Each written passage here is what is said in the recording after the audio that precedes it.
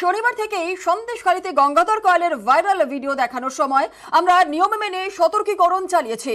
Video সত্যতা যাচাই করেনি নিউজ 18 বাংলা, কিন্তু সতর্কীকরণ দেখানোর সঙ্গে সঙ্গে পেশাদার সাংবাদিকতার নিয়ম মেনে পৌঁছে গেছি সেই ঘরে। ভিডিও দেখা সেই ঘরে আমাদের প্রতিনিধি জিয়াউল আলম। গঙ্গাধর কয়াল দাবি করেছেন প্রযুক্তি কাজে লাগিয়ে বানানো হয়েছে ভিডিওটি। ঠিক ভুল তা তদন্ত সাপেক্ষ, তবে ঘরের ছবিটা স্পষ্ট, অরিজিনাল। আপনি মেয়েদেরকে একটা মেয়ে যখন লিখতো যে আমাকে রেপ করেছে, মানে যেটা হয়নি তাও সেটা লিখছে, তা সেই ক্ষেত্রে তো ওরা প্রথমে তো না বলতো তখন।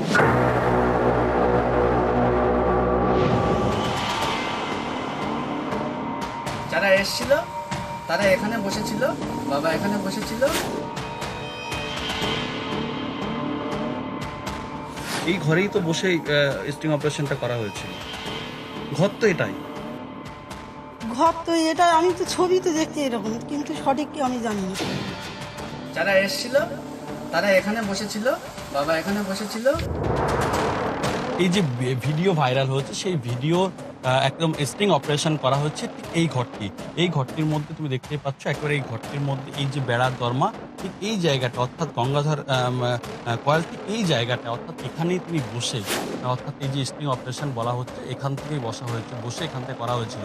এবং তিনি বারবার দাবি করছেন, যেটা ভাইরাল ভিডিও, যেখানে স্পষ্টভাবে দেখা যাচ্ছে যে তিনি অর্থাৎ শুভেন্দু অধিকারী অর্থ এবং মোবাইল দিয়ে সাহায্য করেছেন এবং বেশ কিছু নির্যাতিতাকে টাকা দেওয়া হয়েছে এবং সেই টাকার বিনিময়ে তারা নাকি এই ধরনের বক্তব্য রেখেছেন বা অভিযোগ করেছেন। তাহলে সবটাই কিন্তু অর্থাৎ এই যে চৌকিতে বসেই তিনি করেছেন।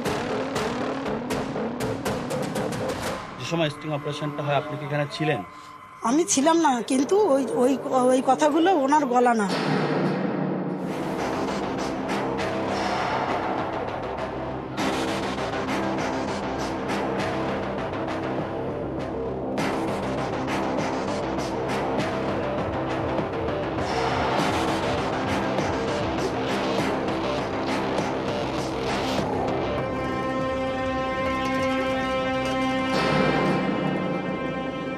সময় স্টিং অপারেশনটা হয় আপনি কি এখানে ছিলেন? আমি ছিলাম না, কিন্তু ওই ওই ওই কথাগুলো ওনার গলা না। এই মুহূর্তে রাজ্য রাজনীতি উত্তাল, সেই ঘর।